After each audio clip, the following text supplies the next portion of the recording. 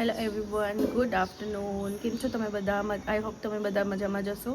આજે હું મારી બ્લોગની શરૂઆત બપોરથી કરું છું, કારણ કે આજે હરીશ્રીના ડેડી ઘરે નથી, તો હરીશ્રી સાથે હું થોડી બિઝી હતી અને સવારથી બસ જો તેની જ સાથે રમતી હતી. અને અત્યાર સુધી અમારું બેનું સ્કેડ્યુલ કેવું રહ્યું એ મારે તમને બતાવવું હતું, પણ તે પોસિબલ ના થયું.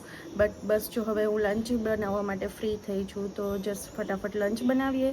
અને આજે હું હરીશ્રી માટે એનું ફેવરિટ બનાવવાની છું, પૂરી સબ્જી એન્ડ મેંગોનો રસ.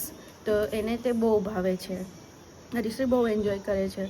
અને આજે આફ્ટર સો મેની ડેઝ હરીશ્રીના ડેડી ઘરે નથી, તો we both are alones at home.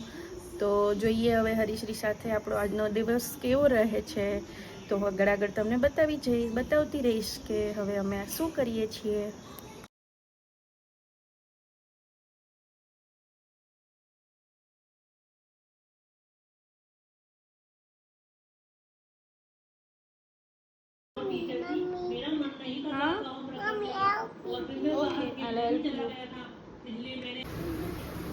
આજે આપણે બનાવી રહ્યા છીએ સાંજના નાસ્તા માટે આલુ, પ્યાઝ, ટમાટર, મરચીના ભજીયા, પકોડા.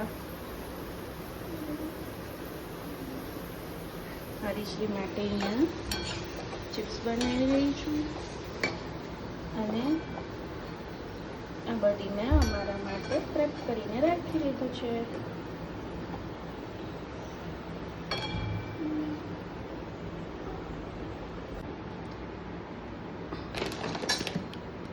તો અહીંયા રેડી છે મારા પકોડા અને ફ્રાઈઝ બંને. અને કેવલ પણ ઘરે આવી ગયા છીએ, તો હવે આપણે ફટાફટ ચાય બનાવીએ અને સર્વ કરીએ, એન્જોય કરીએ ઇવનિંગ.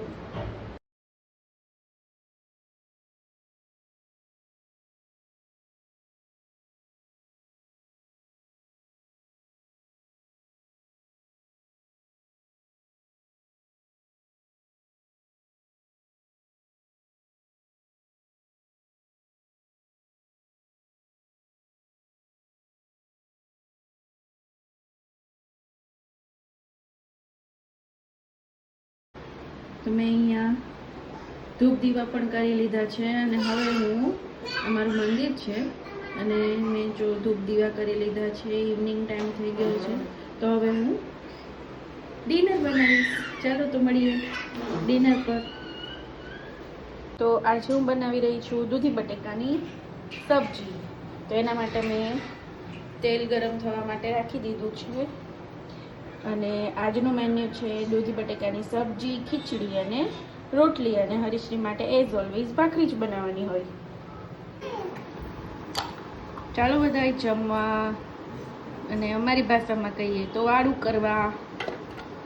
ખીચડી, દૂધી બટેકાની સબ્જી, ભાખરી અને મસાલા છાશ.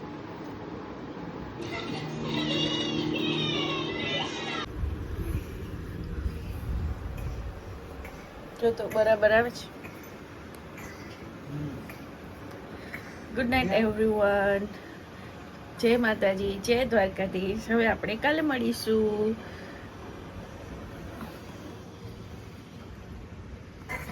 Bye bye, good night.